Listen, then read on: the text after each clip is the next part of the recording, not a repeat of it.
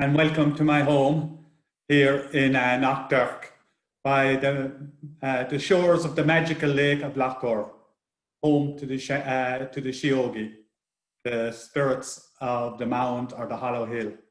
And indeed, Knockfinnell on the northern shores of Lochgore is a hollow hill, and that's the home of the fairies here in Lochgore. Can you hear me? You can? Yes? So I'm not going to talk about the fairies tonight, for if we start on the fairies, we could be here all night. In fact, some of you may never get to go home.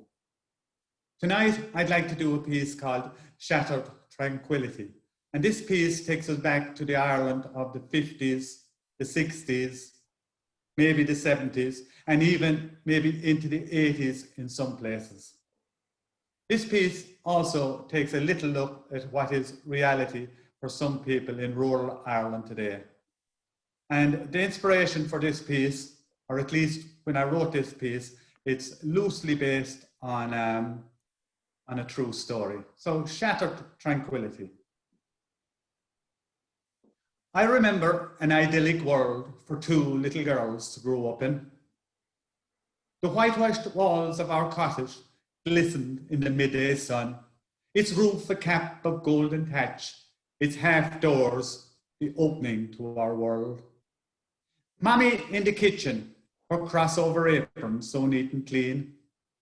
The smell of fresh bread baking on the vegetable, wafting through the air, blending with the scent of lupins, wallflowers, and marigolds.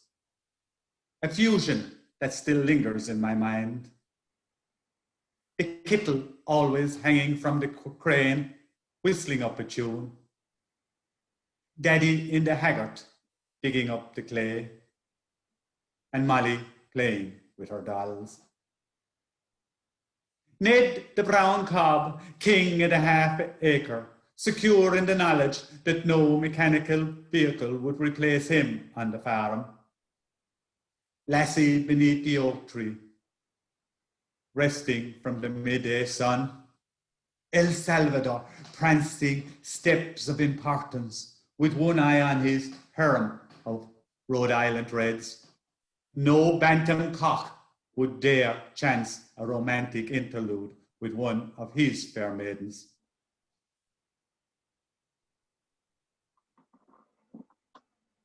The sweet smell of milk coming from the barn on warm summer's evenings.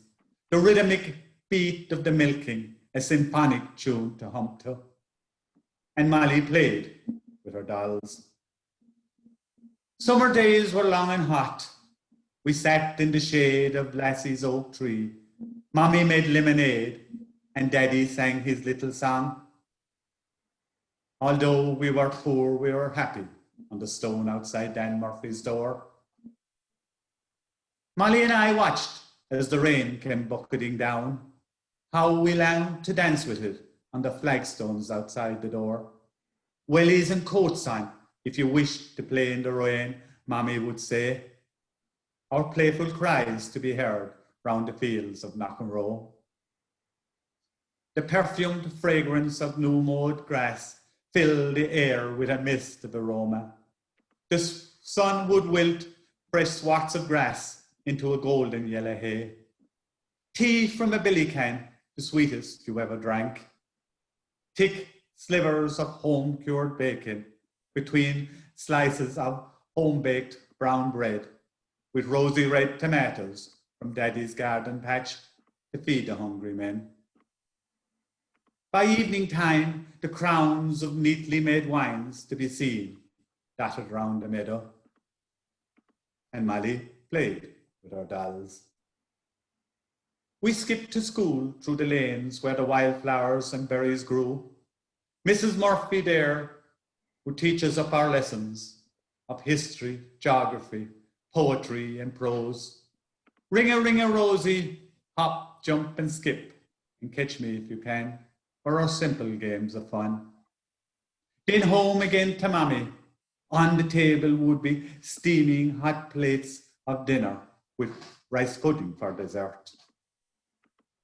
At night, we'd kneel and bow our heads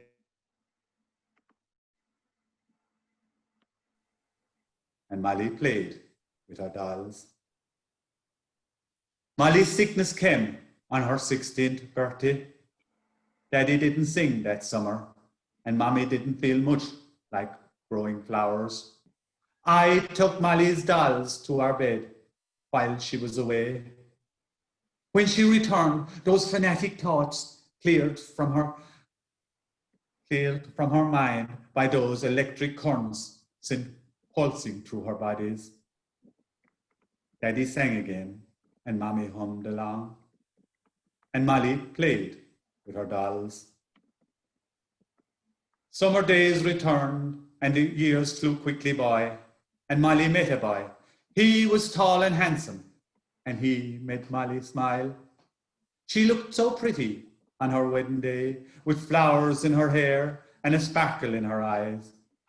But he would not stay at home to look after Molly, and now I know he couldn't, for he was a man of work and ambition, and Molly couldn't care for herself, never mind her two little children. So Molly just came home to us and played with her dolls. Mommy passed away in the springtime of the year when the primroses were in bloom. We placed a bunch beside her to send her on her way. We buried her in the graveyard with her stillborn sons. Daddy smiled and said that he was happy. She didn't suffer much.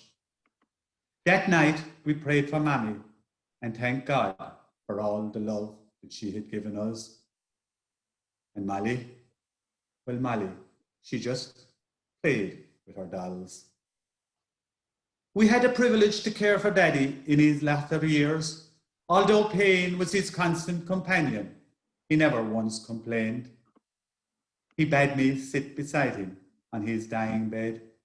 He took my hand in his and gently whispered, "Soon I'll meet my maker, and my crippled and crooked legs will straighten, and I will dance with Mommy on the flagstones in heaven up above.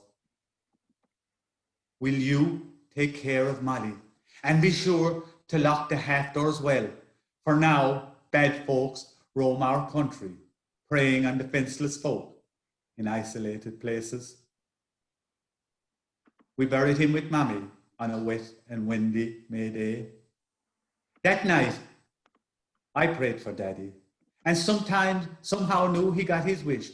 For in my mind's eye, I could see him, all dressed up in his finery, sparks flying off his boots as he danced around the floor. And Molly just played with her dolls.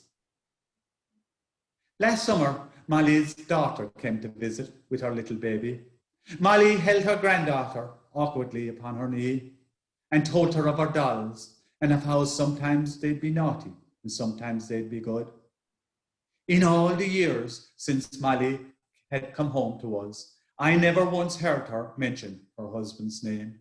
So she shocked me when she said, "Your granddad must be so fond of you. Does he bounce you on his knee and sing his little song? Oh, my name is McNamara. I'm the leader of the band, and the music is something grand. Yes, I think your granddad loves you so." After supper, we waved goodbye to our visitors, and Molly played with her dolls.